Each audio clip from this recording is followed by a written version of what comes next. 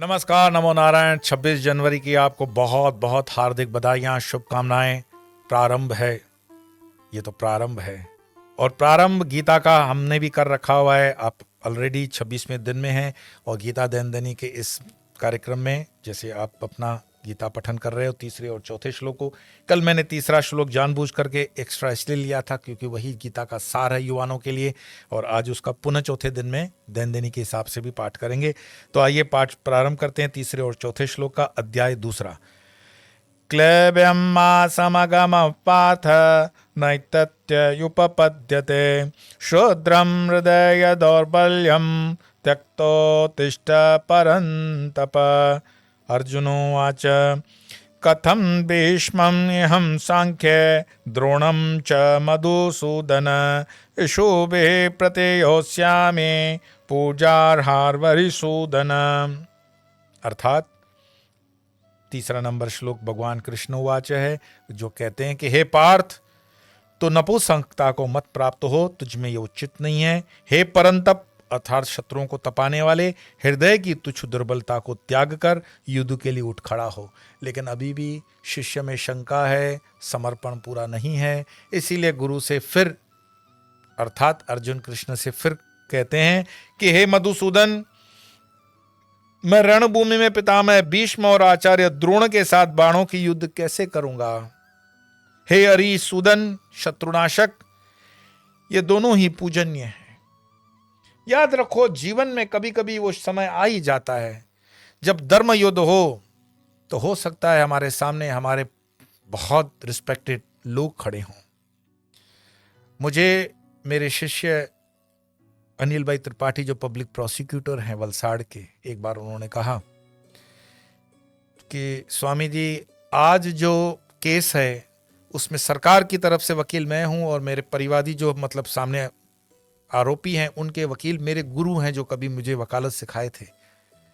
तो क्या करना चाहिए मुझे, क्योंकि मैं उनको प्रणाम करता हूं, मैं उनको अपना आदर्श मानता हूं, तो मुझे कैसे व्यवहार करना चाहिए। मैंने कहा, इसमें मैं कहूं वो मत मानना, जो गीता कहे वो तुम मान लो। और गीता का यही श्लोक मैंने उनको बताया कि रणभूमि के अंदर भीष्म और आचार्य से भी तुम्हें लड़ना तो पड़ेगा, गुरु है तो भी क्या हुआ, क्योंकि वो अन्याय के खिलाफ वो एट्रोसिटी या कुछ दूसरा कोई केस था उसके अंदर थे। तो गुरु के सामने मैंने कहा कि आप व्यक्तिगत आधार पर उनको प्रणाम कर लेना, लेकिन जब कोर्ट के कचहरी के अंदर जाओ तब आप एक जनता द्वारा नियुक्त पब्लिक प्रोसिक्यूटर हो, सरकार ने आपकी नियुक्ति की है, ये मत भूलना। गुरु अपनी जगह पे रहे, लेकिन अब बात सिद्धांत की है। तो जीवन में मतलब मैंने उदाहरण इसलिए दिया कि जीवन के अंदर कभी कभी ये सब चीजें आ जाती हैं, लेकिन इन सब चीजों से हम निराश नहीं होंगे। कई बार पुलिस डिपार्टमेंट के अंदर हम काम करते हैं तो ये आ जाता है, कभी कभी जुडिशरी में आ जाता है, आईएएस आईपीएस के जीवन में आ जाता है, डॉक्टर में आ जाता है। सामान्य हमारे जीवन में भी हम जब जीते हैं तो ये सब हो जाता है, लेकिन उससे हम उभरेंगे कैसे, उठेंगे कैसे? अगर गुरु सक्षम है, गुरु कृष्ण जैसा है, गुरु तत्व से जुड़ा हुआ है, तो हमारा अंधकार वो दूर कर ही लेगा, क्योंकि गुरु का अर्थ ही है गुरु, जो अंधकार दूर करता हो। लेकिन अगर गुरु स्वयं अंधेरे में है, सो कॉल्ड गुरु है और अंधकार में है, तो अंधकार आपका कौन दूर करेगा, कैसे दूर करेगा? ऐसा तो नहीं है कि बार बार अर्जुन की तरह और कृष्ण की तरह साक्षात कोई कृष्ण आकर के आपको समझाएंगे, नहीं। वो ऊर्जा, वो चेतना, वो वही समझाती है। मैं हमेशा अपने शिष्यों को कहता हूं कि सिख धर्म ने बहुत अच्छी बात की कि अपने शरीरधारी गुरुओं को विसर्जित कर दिया। उन्होंने 10 गुरुओं के बाद कहा कि अभी हमारा गुरु ग्रंथ बनेगा, गुरु ग्रंथ बनेगा। उनके ग्रंथ में जो नानक साहब ने व्यवस्था दी, गुरु गोविंद सिंह तक वो व्यवस्था आती है, जो भजन है, कीर्तन है, वचन है, संगत है, वो जो सब बातें वो ग्रंथ में है और ग्रंथ को उन्होंने गुरु बनाया। तो आजकल जो ये खींचा खींची चल रही है ना पदों को लेकर, आचार्यों को लेकर के, कौन शंकराचार्य कौन शंकराचार्य नहीं है, फर्जी शंकराचार्य कौन है, कोर्ट में शंकराचार्य कौन है, बाहर का शंकराचार्य कौन है, मंडलेश्वर कौन है, महामंडलेश्वर कौन है, आचार्य मंडलेश्वर कौन है ना। और उसमें भी फिर बहुत बहुत आदर्श महामंडलेश्वर भी आजकल आ गए हैं। ये कितनों को आप गुरु बनाओगे? तो गुरु, मुझे लगता है सनातन धर्म आज उस जगह पर पहुंच चुका है जहां पर गीता को हम अपना गुरु बना सकते हैं। कोई दूसरे गुरु की आवश्यकता नहीं। गीता को रख लो, आपका जब मन करे एक निश्चित समय कर लो, सुबह कर लो, शाम कर लो, दोपहर कर लो, कोई दिक्कत नहीं है। एक आदरपूर्वक स्थान हो, एक आदरपूर्वक उनकी रख रखाव हो। जहां गीता आपने खोली वहीं से प्रारंभ करो, जहां खुलती है वो गीता है। और जो वचन है गीता में वो सारे के सारे गुरु के वचन है। हमारे लिए तो अर्जुन भी गुरु ही है ना, तो लीला है, ठीक है, नर नारायण के अवतार है भाई। अर्जुन कोई सामान्य कक्षा के व्यक्ति थोड़ी है। ये तो गीता का जब हम प्रवचन करते हैं तब ऐसे बताने के लिए बताया जाता है कि अर्जुन ने ये कहा। अर्जुन कौन है? अर्जुन के विषय में जब भागवत में पढ़ोगे और पुराणों में पढ़ोगे, शास्त्रों में पढ़ोगे तो पता पड़ेगा आपको कि नर नारायण के अवतार हैं दोनों। और दोनों नर नारायण के अवतार है तो संवाद क्या हुआ? गुरु संवाद है। तो गीता को अगर हम गुरु स्थान पे रख दें, समर्थ रामदास जी के वचनों को अगर हम गुरु स्थान पे रख दें, रामकृष्ण परमहंस के वचनामृत को हम गुरु के स्थान पे रख दें, विवेकानंद के जो वचन है उनको हम गुरु स्थान पे रख दें, तो ये गुरुओं के झंझट से मुक्ति हो जाएगी। और गीता तो सर्वोपरि है। गीता गीता है। गीता के बराबरी में मैंने अपने व्यक्तिगत जीवन से बताता हूं, कोई ग्रंथ नहीं देखा। 700 श्लोक, 18 अध्याय।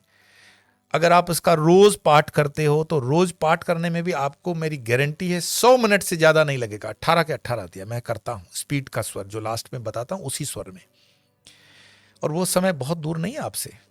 आप जिस तरह से दूसरे अध्याय में प्रवेश कर गए हैं, आपने स्वर को समझ लिया है, कल से स्वर थोड़ा सा चेंज होगा। मैंने बताया था गीता के शुरू प्रारंभ के मेरे उसमें एपिसोड में कि गीता में 2 ही स्वर चलते हैं। अभी तक हमने एक ही स्वर में गीता की है, अब दूसरे स्वर में प्रारंभ होगा। जो कल का श्लोक आज मुझे नहीं पढ़ना चाहिए, पर स्वर समझाने के लिए मैं समझाता हूं कि जो हम ये स्वर करते हैं ना कि कथम भीष्मं हम संख्य द्रोणम च मधुसूदन यशोभे प्रतेयोस्यामि पूजा वरिसूदन।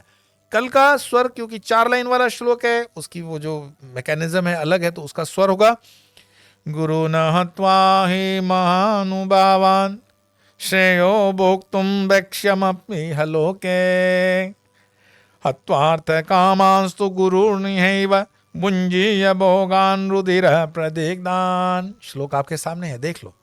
तो श्लोक में स्वर थोड़ा बदलेगा, पर इस श्लोक का इतना आनंद है, इतनी स्वर का इतना आनंद है, जब जब आपको पहले पहले मिस्टेक करोगे लेकिन बाद में आप इतना सहज हो जाओगे।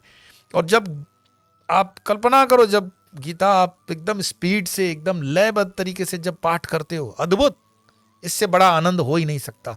ये जो आप हजार लाखों रुपया भर करके जो मेडिटेशन क्लासेस करने जाते हो, कभी कभी वो एकांत में चले जाते हो, मौन में चले जाते हो, किसी टापू पे चले जाते हो, 5 स्टार होटल में चले जाते हो, कोई जरूरत नहीं है।